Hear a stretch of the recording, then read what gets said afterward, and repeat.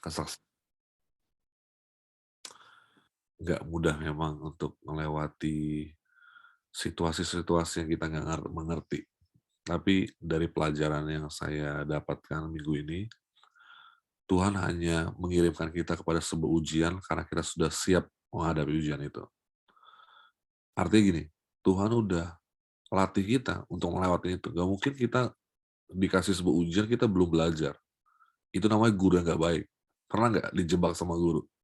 Dikasih ujian tapi nggak pernah belum belum belajar. Itu guru yang nggak baik. Tapi kita punya Tuhan yang adalah guru yang baik. Dia persiapkan kita, tapi kadang kita nggak sadar, kita merasa, aduh belum mampu nih, belum bisa nih.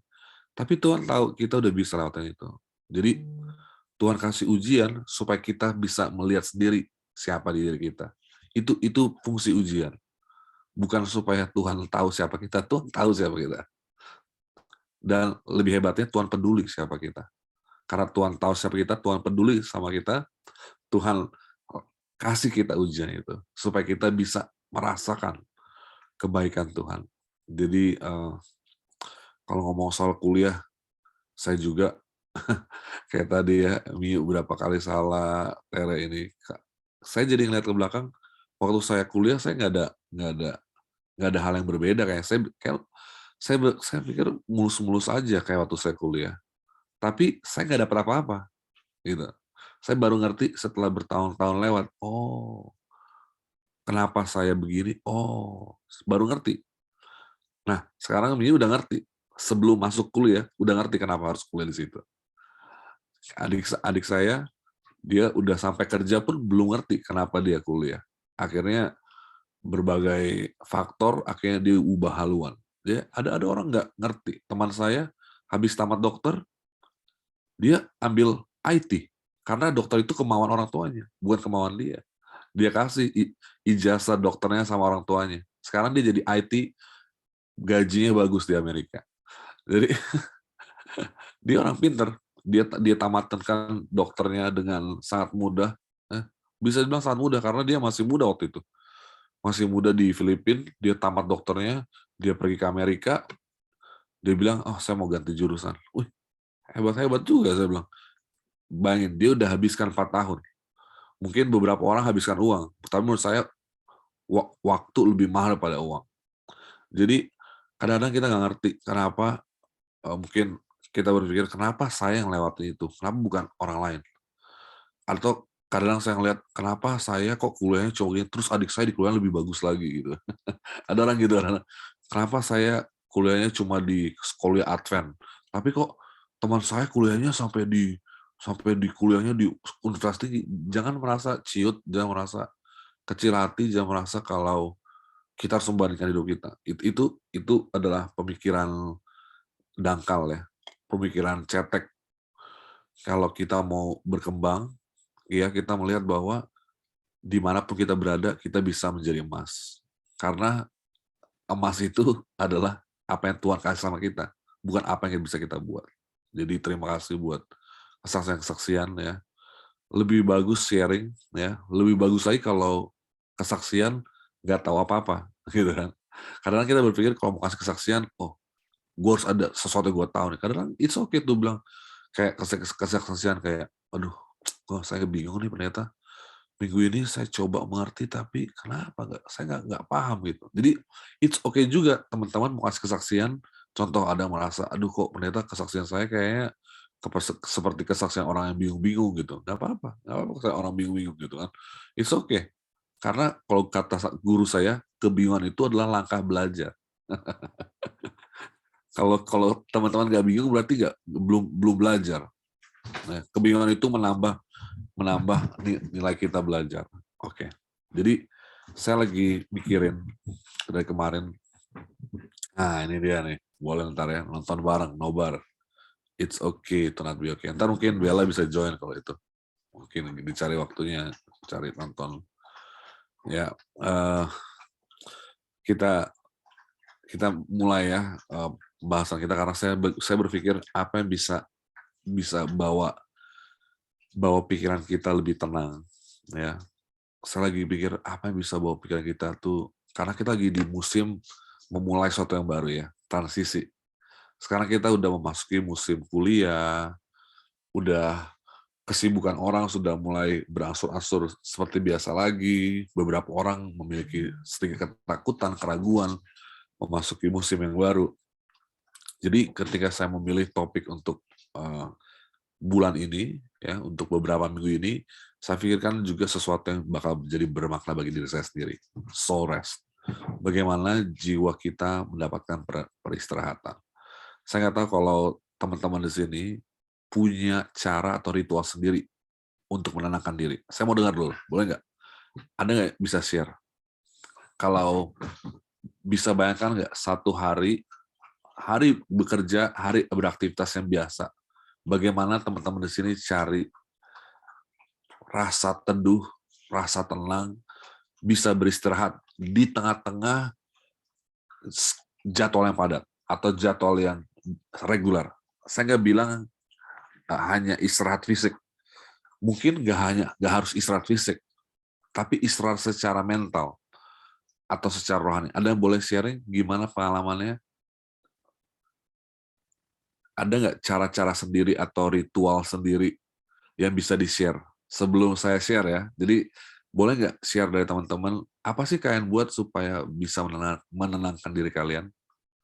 Membuat diri kalian lebih kalem, lebih, aduh banyak banget kekhawatiran hari ini, banyak banget hal yang harus dipikirkan, Tuhan bilang cukuplah masalah hari ini, tapi nggak bisa juga pendeta, saya tetap kepikiran nih gimana ke depan. Tapi kalian punya cara-cara sendiri untuk menenangkan diri kalian.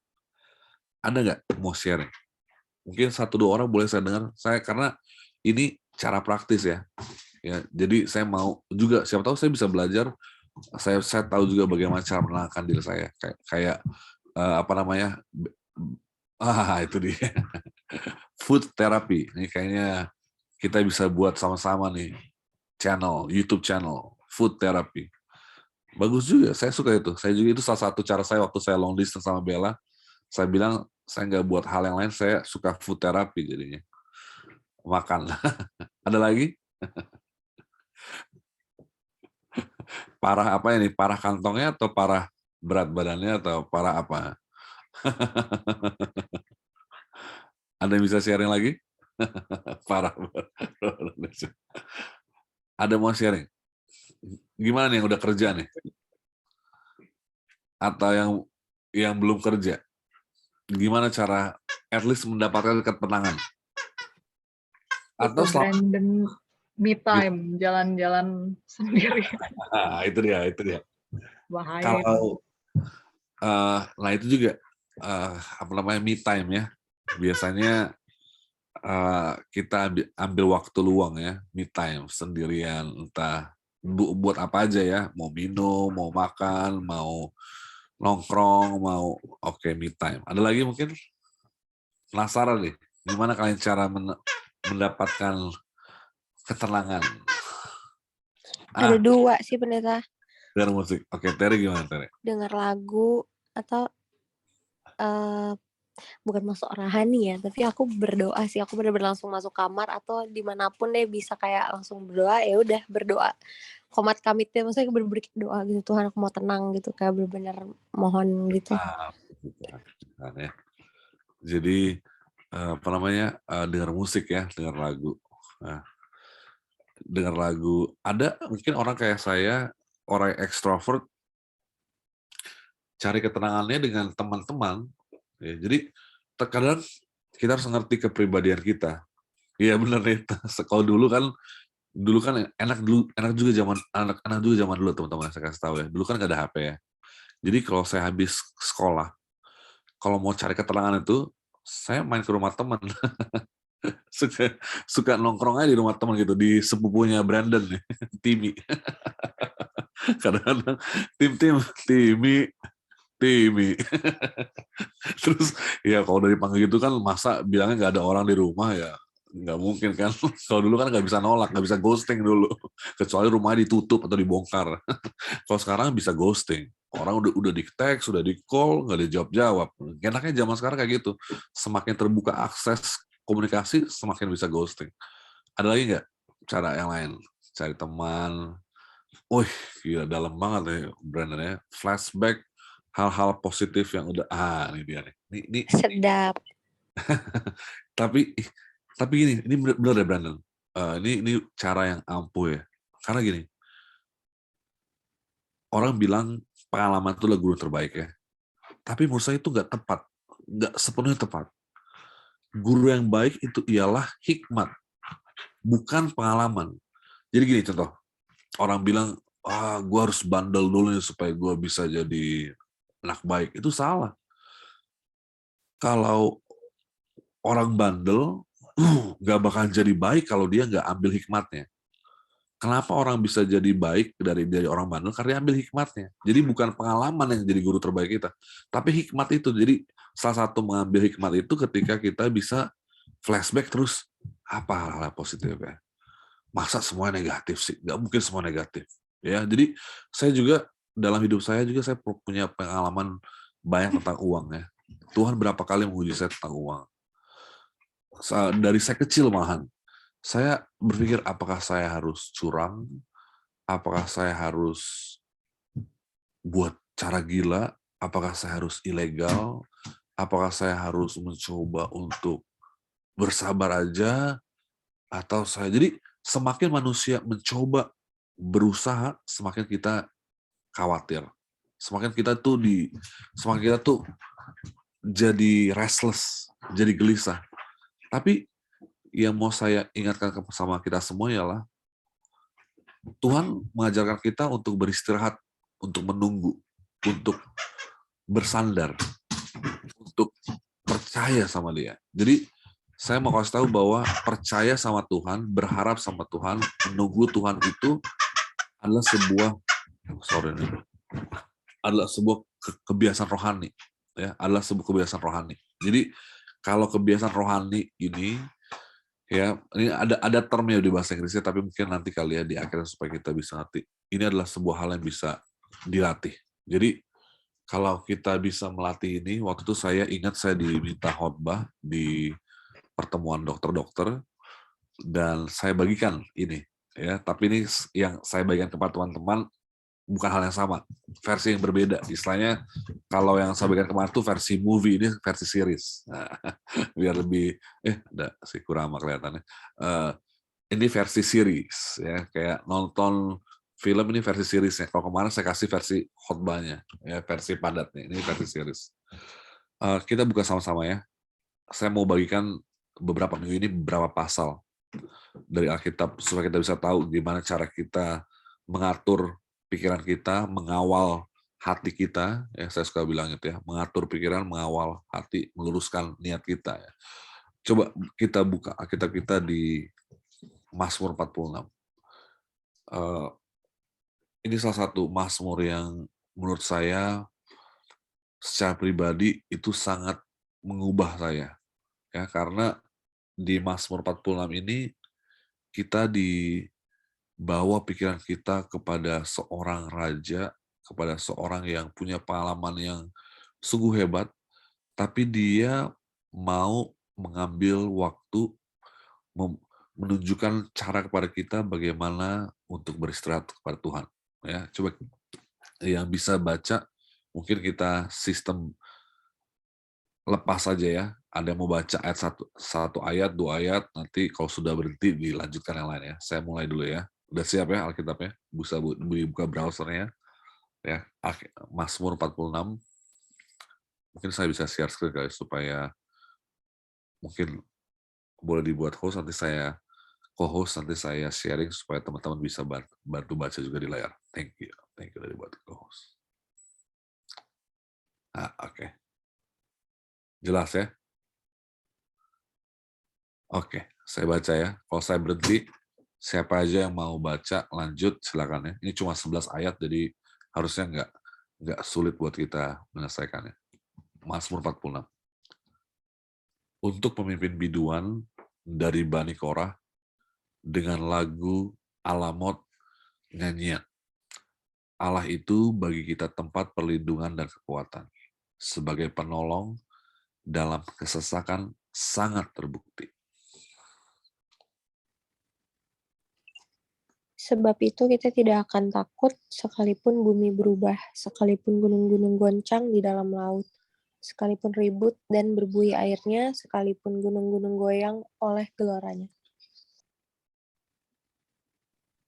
Kota Allah, kediaman yang maha tinggi, disukakan oleh aliran-aliran sebuah sungai. Allah ada di dalamnya, kota itu tidak akan goncang.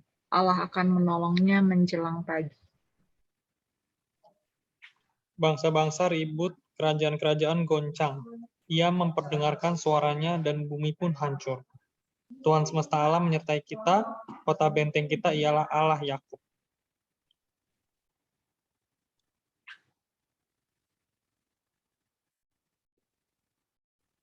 Pergilah, pandanglah pekerjaan Tuhan yang mengadakan pemusnahan di bumi, yang menghentikan peperangan sampai ke ujung bumi, yang mematahkan busur panah, menumpulkan tombak, membakar kereta-kereta perang dengan api.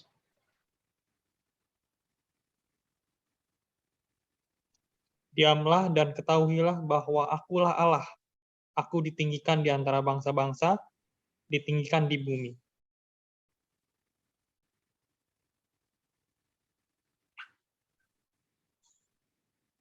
Tuhan semesta alam menyertai kita, kota benteng kita ialah Allah Yakub. Oke, thank you, Brandon. Ada beberapa hal yang mau kita ambil, kita serap dari ayat ini, yang kita bisa serap intisarinya dan kita bisa serap ilmu praktisnya. Apa sih yang bisa kita buat untuk mendapatkan ketenangan?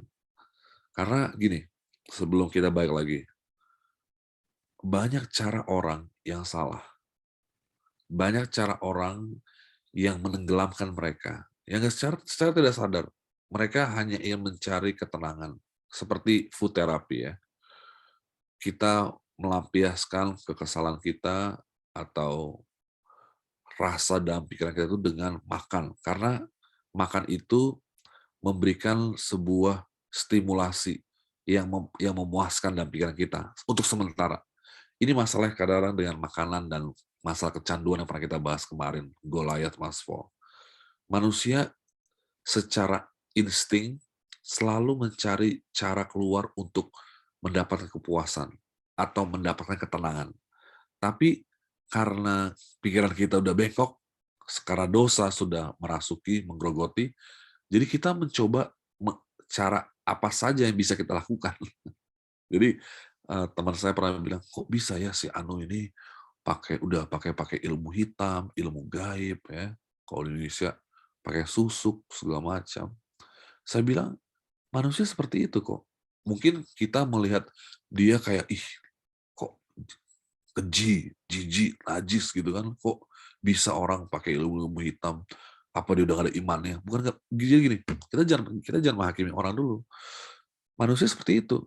Manusia seperti itu. Kita nggak mungkin nggak mencari ilmu gaib. Tapi ada hal yang lain yang kita lakukan yang kita nggak sadar itu nggak membantu kita sebenarnya. Tapi karena itu sudah menjadi sebuah kenyamanan, ya kalau kata Rizky Febian mengatakan, kalau udah jadi sebuah kenyamanan, kita kan susah move on dari cara seperti itu. Jadi saya mau kita mendapatkan soul rest, mendapatkan sebuah ketenangan hati, keteduhan jiwa dengan cara Tuhan. Jadi caranya itu ada di Alkitab. Jadi kita nggak perlu pakai ilmu-ilmu psikologi yang saya nggak against psikologi, tapi kadang-kadang orang nggak sadar juga beberapa ilmu psikologi itu punya filsafat di belakangnya. Jadi contoh kayak tadi Krista bilang me time. Kalau sekarang bahasa psikologi itu ialah self love, self care. Sebenarnya kata self love dan self care ini pernah dibahas juga sama Bella ya. Self love dan self care ini kelihatannya innocent, tapi filsafat di belakangnya itu, pemikiran di belakang itu ialah supaya kita itu bergravitasi dengan diri kita. Tapi Alkitab mengajarkan bahwa selama kita ditarik oleh gravitasi ego kita nggak bakal pernah puas, kita nggak bakal pernah tenang. Tapi beberapa orang bisa memanipulasi ego itu, ya seperti yang setan buat kepada Adam dan Hawa. Oh, kamu nggak bakal mati kok. Nggak bakal mati kok. Tuh setan selalu bisa membuat manipulasi dalam praktis-praktis filsafat duniawi ini supaya kita lebih bersandar kepada diri kita sendiri. Ya, padahal kita tidak tahu apa yang pijakan kita itu ialah licin. Ya, pijakan kita itu tidak tetap. Ya, fondasinya itu kurang bagus. Makanya saya mau ajak kita kembali ke Alkitab supaya kita tahu bahwa kita punya batu karang kita, yaitu Yesus Kristus. Tempat kita bersandar, tempat kita belajar, tempat kita beristirahat, ya, ini tempat kita bersandar. Nah sekarang coba saya mau tanya, ini sedikit kuis ya biar kita bisa sama-sama berpikir. Saya mau tanya, di sini ada beberapa kata yang suka diulang-ulang. Ada yang bisa kasih tahu nggak? Kata apa salah satu yang suka diulang-ulang? Dari pasal ini. Sebut aja. Apa yang kira-kira sering diulang-ulang dari ayat ke ayat. Ada beberapa kata, tapi salah satu ada yang bisa sebut. Bisa diketik atau di unmute. Apa kata yang suka diulang-ulang di pasal 46 ini? Biasanya kalau baca Alkitab gitu ya, saya kasih tahu tekniknya juga. Kadang-kadang orang baca Alkitab tapi dia nggak tahu tekniknya. Jadi salah satu tekniknya Alkitab, khususnya di buku Mazmur, itu sesuatu kata yang diulang-ulang, itu adalah kata kuncinya. Apa kata-kata yang diulang di sini? Kira-kira. Saya kasih clue, kata benda.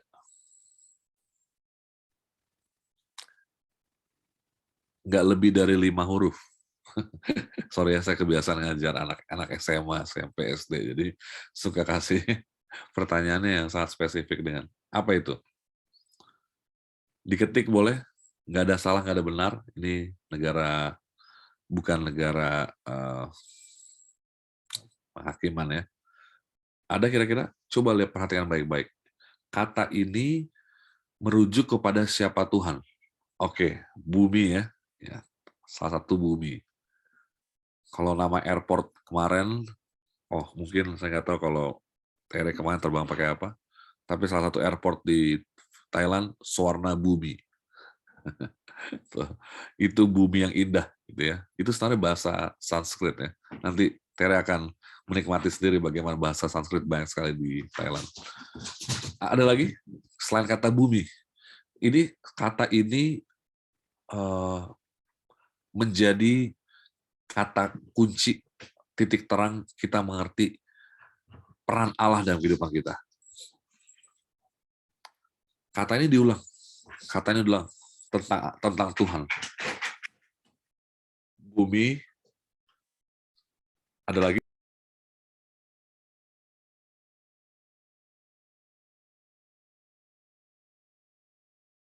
Apa ya? Kok kayak nggak ada yang diulang sih, Pendeta? Iya, makanya Gimana tadi Pendeta? katanya Nggak ada ya? Ayatnya tadi dari mana? Mazmur 42. 46. 46, sorry. 46. Tentang Allah, apa dibilang tentang Allah? Kota, bukan ya? Kota. Oke, akhirnya dapat ya. Kota. Oke, thank you. Ini ya, kota. Oke. Sekarang saya mau tanya. Kenapa Tuhan di sini dilambangkan dengan kota? Dikatakan seperti ini ya. Perhatikan baik-baik ya. Ayat yang ke-4. Kota Allah, kediaman yang maha tinggi. Berarti kota di sini merujuk kepada kediaman Allah ya, tempat Allah. Ya, di mana Allah berada. Kota. Jadi kalau dibilang apakah Tuhan itu ada di surga, di mana? Di kota. Ya. Kalau kota itu mungkin kita berpikirnya ada wali kota, ada ibu kota ya. Ini kota ini bukan soal strukturnya, tapi soal kediamannya. Biasanya kan rumahnya pemimpin kota itu ada di kota itu. Itu arti kota di sini ya. Jadi Tuhan itu ada di tempatnya. Tuhan tahu apa yang dia lakukan. Nah, ayat kelimanya, Allah ada di dalamnya dan kota itu tidak akan goncang. Nah, jadi bukan saja Tuhan itu menetap di kediamannya, ya, karena kalau teman-teman tahu yang baru terjadi di Sri Lanka, ya, presidennya meninggalkan negaranya karena negaranya bangkrut. Ini kalau teman-teman tahu sekarang khususnya di dunia bisnis lagi ada banyak ancaman resesi ya. Di Amerika juga sedang banyak digaungkan soal resesi. Indonesia salah satu kota yang disebut 10 kota yang bakal bangkrut ya. Saya nggak tahu apakah akan, tapi saya dengar dari baca artikel katanya sulit untuk Indonesia bangkrut, tapi meskipun kelihatannya sudah sedikit ini ya agak turun, tapi trennya menurun, tapi katanya ya saya dengar katanya sulit. Bayangkan, meskipun banyak hal yang terjadi, Tuhan ada di kotanya. Jadi tuh artinya di dalam kediamannya itu adalah singgasananya. Di dalam kediamannya itu ialah kuasanya. Di situ Tuhan berkuasa. Ya, di situ Tuhan menunjukkan kuasanya. Kalau coba teman-teman masih ingat, ini karena kebetulan kemarin Bella juga ada nonton film Korea ya tentang bagaimana kaisarnya ditarik diganti ya. Adalah filmnya itu. Anyway, kalau ingat dulu film-film cerita zaman dahulu, kalau mereka mau menguasai, contoh ya, dulu di sejarah Indonesia, kalau penjajah mau menguasai satu kota, apa yang dilakukan pertama-tama? Diganti dulu pemimpinnya. Dicari pemimpin yang suka sama dia. Jadi kan betul ya? Ya kan? Jadi ini saya mulai mengerti bahasa-bahasa Alkitab. Karena saya nggak, kalau contoh sekarang kita baca ini ya, baca ayat ini kan, apa sih maksudnya ini kan? Kok kota Allah, kota tidak digoncangkan? Kita nggak ngerti apa arti kata kota. Tapi teman-teman lihat deh, pemimpin-pemimpin yang hebat, yang dicintai oleh orang itu karena dia mencintai kotanya. Contoh dulu kan ada Ibu Risma ya kan, dia kelihatan viral banget kan, dia suka marah-marahin orang, Surabaya juga cantik banget. Bapak Ganjar, saya nggak penganut satu partai ya, saya cuma bilang orang-orang ini dicintai oleh pemilik, oleh warganya karena mereka mencintai kotanya dan mereka menunjukkan dan melakukan kewajiban mereka sebagai pemimpin mereka. Udah paham nggak di sini sekarang? Jadi di sini ayat Alkitab ini mengatakan bahwa Tuhan itu ada di kediamannya. Tuhan nggak lari. Tuhan tahu apa yang kita terjadi. Bahkan dikatakan meskipun bumi bergoncang, ya. Nah, lihat ayat 5. Dikatakan apa? Allah akan menolongnya menjelang pagi. Jadi akan ada periode di mana Tuhan kasih kita tuh sebuah kesunyian, sebuah masa menunggu. Dan manusia paling gak suka masa menunggu.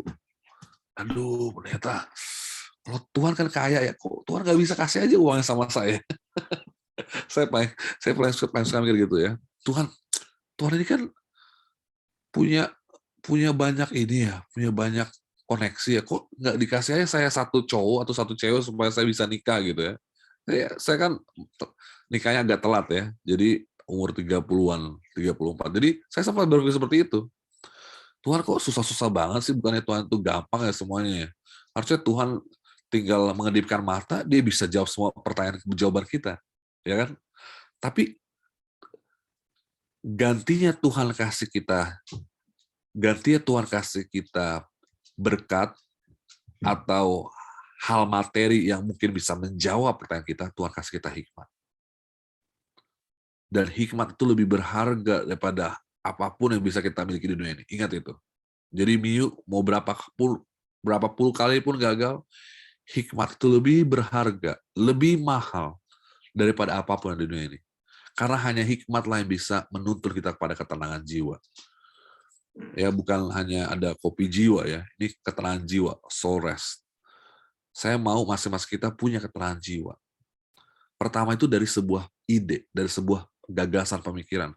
Kalau kita sudah mengerti bahwa Tuhan kita itu seperti pemimpin yang kita idolakan, ya, pemimpin yang tahu apa yang dilakukan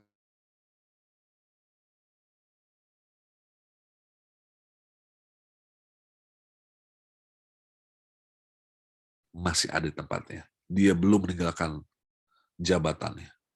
Ya, jadi kalau tadi dibilang bagaimana caranya kita mendapatkan ketenangan jiwa, ayat ini mengatakan bahwa Tuhan kita tetap, Tuhan kita berdiam.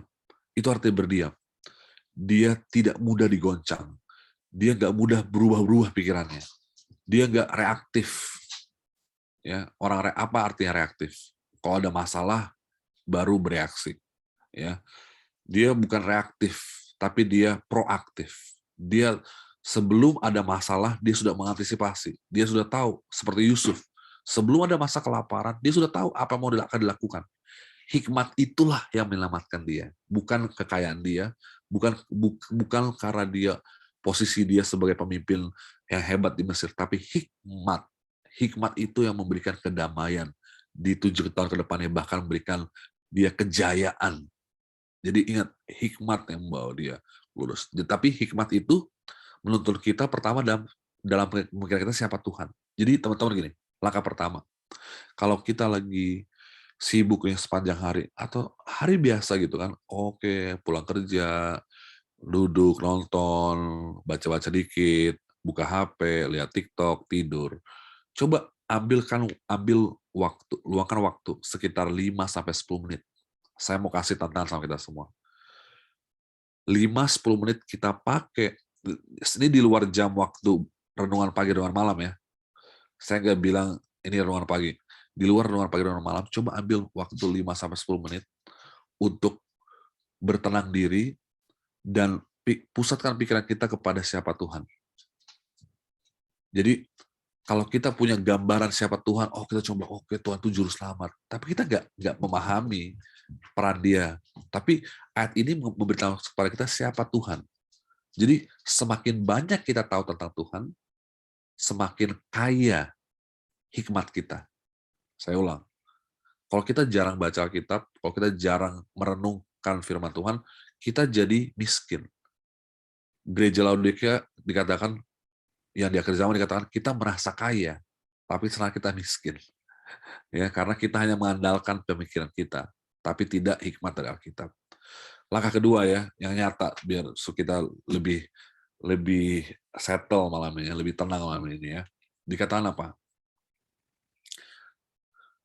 Dikatakan bahwa, lihat ayat pertamanya, Allah itu bagi kita tempat perlindungan dan kekuatan sebagai penolong dalam kesesakan sangat terbukti. Ini seperti kalimat marketing ya, kalimat endorsement. Dia adalah penolong dan dalam kesesakan dan sangat terbukti. Jadi gitu teman-teman. Tuhan itu harus kita uji saat kita sesak, saat kita susah. Saya ulang ya. Tuhan itu harus kita uji saat kita lagi sesak. Saat kita lagi kayak khawatir, gelisah. Ada orang gini, udah punya masalah, cari pelarian. Alkitab bilang, uji Tuhanmu. Coba, dia itu udah terbukti. Saya nggak bilang mencobai Tuhanmu, atau kritik Tuhan, bukan. Atau pertanyaan Tuhanmu. Tapi uji itu seperti teman ya. Nih ya, saya kasih tahu ya, tips ya. Dari pengalaman saya, bagaimana cara menguji Tuhan. Karena dia udah terbukti. Gini, teman-teman ya, punya deadline. Saya juga biasanya selalu struggle sama deadline ya. Tuhan, minggu ini saya ada deadline untuk pekerjaan saya. Tapi saya dikasih tugas sama pendeta untuk ambil bagian untuk buat acara hari Sabat. Tuhan, saya kayaknya nggak bisa membagi waktu saya. Tuhan, kayaknya saya butuh spend waktu lagi untuk project saya, dari pekerjaan saya. Tapi kenapa di saat minggu yang sibuk ini Tuhan kasih saya tugas juga dari gereja? Jadi kalau saya mau cari pelarian, aduh pendeta, sorry pendeta, kebetulan hari Minggu ini saya ada tugas pendeta, jadi saya mungkin absen dulu pendeta, saya mungkin kasihlah jadwal next time. Ini kan cara gampang kan? Ini pendeta, zaman sekarang kan apalagi pendeta nggak mungkin menegur anggota ya, zaman sekarang tuh, oh iya nggak apa-apa, iya nggak apa-apa. Apalagi kayak ini pengalaman saya juga ya, nggak mungkin saya bilang, kamu murtad kamu, nggak mungkin saya buat begitu juga. Kalau ada bilang, pendeta, aduh sorry pendeta, last minute nih, bilang aduh pendeta saya nggak bisa. Ya dalam hati sih udah kesel sih ya. Namanya pendeta juga manusia ya. Tapi ya karena kita nggak mau membuat jadi batu sandungan ya kita nggak mungkin bilang kata menghakimi. Tapi coba ingat kata-kata kalimat ini. Allah adalah penolong dalam kesesakan yang sangat terbukti. Uji dia. Berdoa seperti ini atau pikirkan seperti ini. Tuhan, Engkau berikan saya waktu 24 jam. 8 jam beristirahat.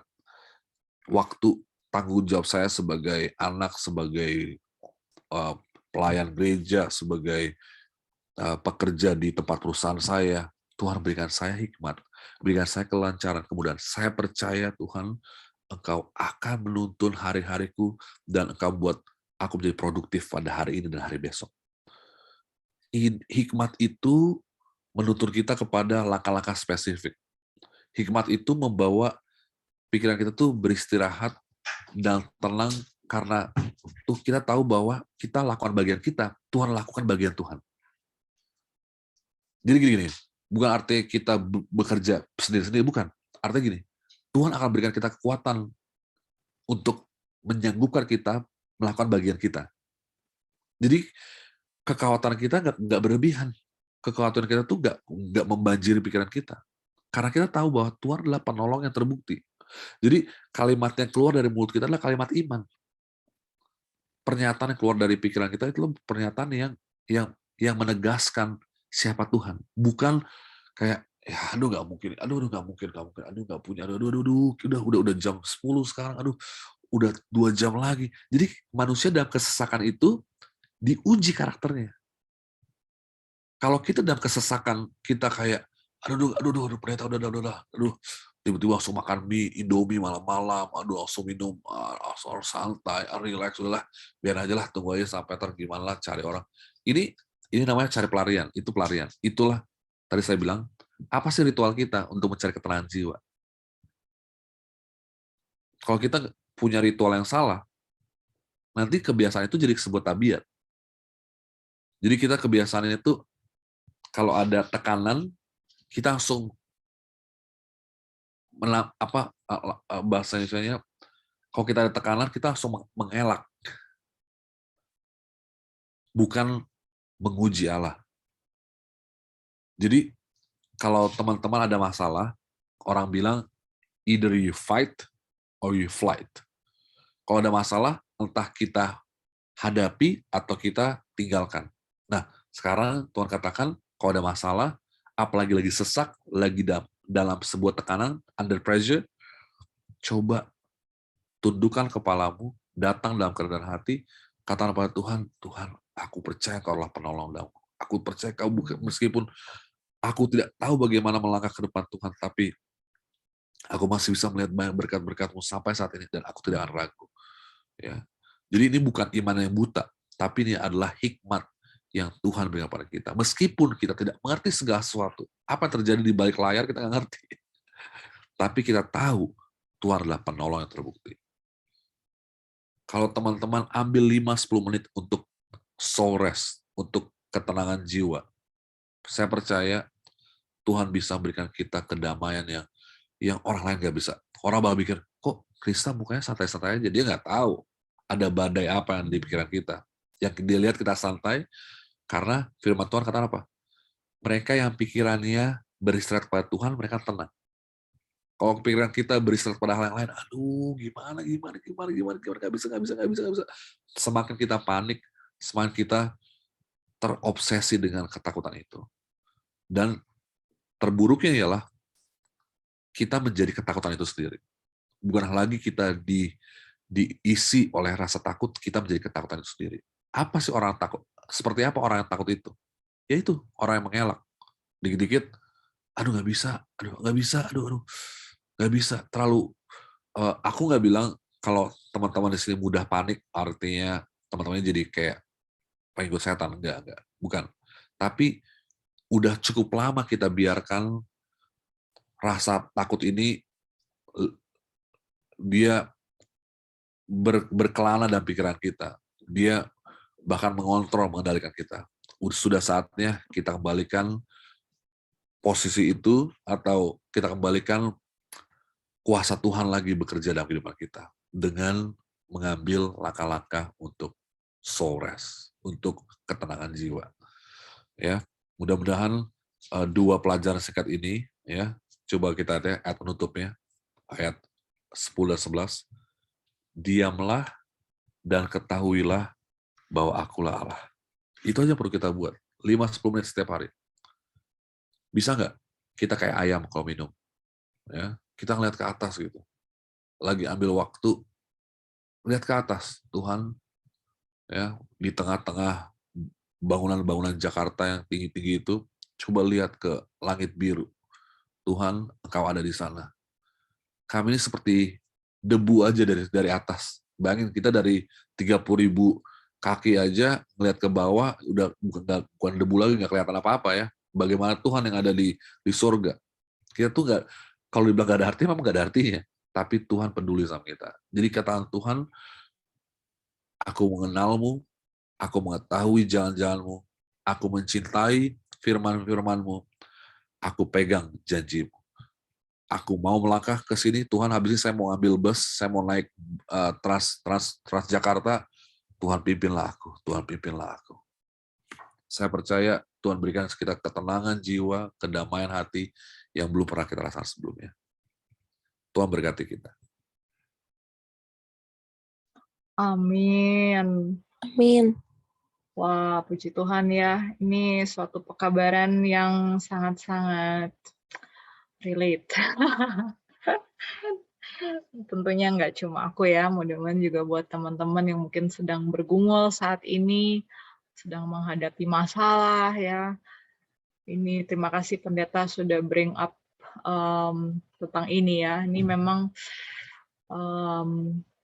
emang jiwa kita ini memang cuma Tuhan ya yang bisa membuat kita tenang sebenarnya. Tadi kan banyak ya teman-teman share apa aja yang bisa buat tenang. Tapi memang sebenarnya harusnya sudah terbukti ya bahwa cuma Tuhan yang bisa memberikan kita ketenangan ya. Cuma Tuhan yang bisa berikan jalan keluar. Amin. Thank you pendeta. Oke teman-teman, memang sih ini sudah malam, tapi kalau ada teman-teman yang mungkin tergerak mau sharing tentang pelajaran kita malam ini, atau mungkin ada yang ingin bertanya tentang mungkin pergumulannya, silakan kalau ada. Apakah ada?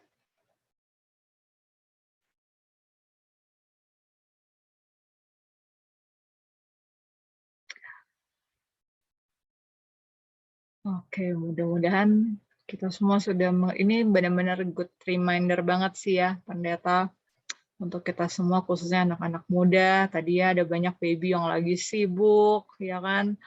Tere yang tadi juga mungkin nih sibuk untuk persiapan kuliah, banyak banget mungkin yang menjadi pikiran ya, aduh gimana ya ini itu, tapi dengan message ini yang pendeta Wilson bawakan malam hari ini nih sangat-sangat membuat kita jadi tenang ya.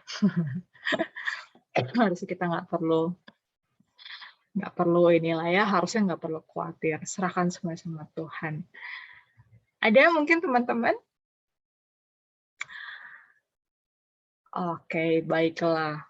Kalau memang katakan ya, oke. Kalau memang sudah tidak ada, kembali lagi, sekali lagi, thank you ya Pendeta Wilson untuk message malam hari ini. Sungguh sangat menjadi berkat buat kita semua yang mendengarkan pada malam hari ini. Dan kiranya juga nggak cuma malam ini, kita juga kita bisa apply ya dalam hati dan pikiran kita supaya kita bisa lebih tenang lagi menghadapi masalah-masalah kita, karena kita percaya kalau ada Tuhan ya yang luar biasa, yang sebenarnya Tuhan penuh kuasa bisa menyertai kita ya, bisa bisa memberikan jalan keluar buat kita semua masalah kita itu pasti Tuhan bisa bantu ya. Oke. Baiklah, kalau memang sudah tidak ada dari teman-teman, kalau gitu kita akan menutup Pasper kita malam hari ini. Dan mungkin sebelum kita tutup, nanti Pendeta Wilson akan tutup dengan doa. Mungkin ada sedikit ya pengumuman singkat. Sebentar. Oke, pengumuman kita adalah ya kembali kita mengundang teman-teman semua, yuk hadir lagi ya hari Jumat depan di Vesper Pemuda kita, tentunya dengan topik-topik lain yang menarik ya. Dan kemudian juga mengundang kita semua untuk hadir di ibadah hari Sabat besok, jam 9 sampai jam 12, dan firman Tuhan akan dibawakan oleh Pendeta Lawrenson Kalengkongan dengan judul Sesuatu yang Wajar. Wah, ini menarik. Dan juga jangan lupa ya teman-teman, kita pastikan kita hadir on time supaya kita juga bisa ikut diskusi Sekolah Sahabat Pemuda kita ya, breakout room. Dan juga, nah ini besok ada ibadah PA jam 4 ya, mulainya sampai jam tutup Sabat. Dan pembicara kita adalah Kak Korlevin Kalaloh ya, pernah juga ya berbicara beberapa waktu yang lalu di TTPI. Dan judul kali ini adalah Is Jesus Enough for You? Nah, ini maksudnya gimana ya? Dan kita pastikan ya kita semua hadir, dan kita akan bergabung pada Sabat ini bersama dengan PA dan Pasat ya dari Bali. Jadi pastikan teman-teman hadir ya besok. Oke, dan juga jangan lupa teman-teman juga kita selalu hadir di kebaktian Rabu malam ya, setiap hari Rabu jam 7:30 malam. Oke, itu aja pengumuman singkat pada malam hari ini, dan sebagai doa tutup diminta kesediaan dari Pendeta Wilson. Baik, mari kita berdoa. Ya Tuhan, pada malam hari ini di hari Sabat-Mu, pembukaan hari Sabat-Mu Tuhan, kami akhirnya menemukan ketenangan jiwa dalam firman-Mu. Jelas ya Tuhan yang kami dengarkan, kami dapatkan dari firman-Mu, bagaimana Engkau adalah kota kediaman yang suci, yang tidak goncang, yang tidak mudah goyah, yang selalu tetap dan tidak pernah terpengaruh oleh apapun. Kami mau berlari kepadamu Tuhan, mau bersandar kepadamu, karena kami tahu Engkau adalah batu karang kami, tempat perlindungan kami. Bahkan Engkau adalah sang penolong dalam kesesakan yang terbukti. Kiranya Tuhan semakin lama, semakin dalam, semakin banyak kesempatan kami memandangmu, mengenalmu, merenungkan semua pekerjaan-pekerjaanmu yang hebat dalam kehidupan kami. Kami semakin mendapatkan hikmat dan kedamaian yang Engkau saja yang sanggup memberikannya. Anak-anakmu yang telah hadir pada malam hari ini, telah menerima berkat-Mu Tuhan, kiranya kami boleh jaga, simpan dalam hati kami, sehingga kami tidak mudah goyah, kami tidak mudah jatuh, karena kami tahu bahwa Engkau adalah Allah yang berjalan di samping kami. Terima kasih Tuhan untuk sebuah ketenangan hati yang Kau berikan kepada kami. Kiranya kami selalu belajar setiap hari hanya bersandar kepadamu. Terima kasih Tuhan, berikanlah kami istirahat yang baik pada malam hari ini. Di dalam Yesus kami berdoa. Amin. Amin. Amin. Thank you Pendeta. Amin. Thank you Pendeta. Thank you Kak Thank you, Krista. Pastor.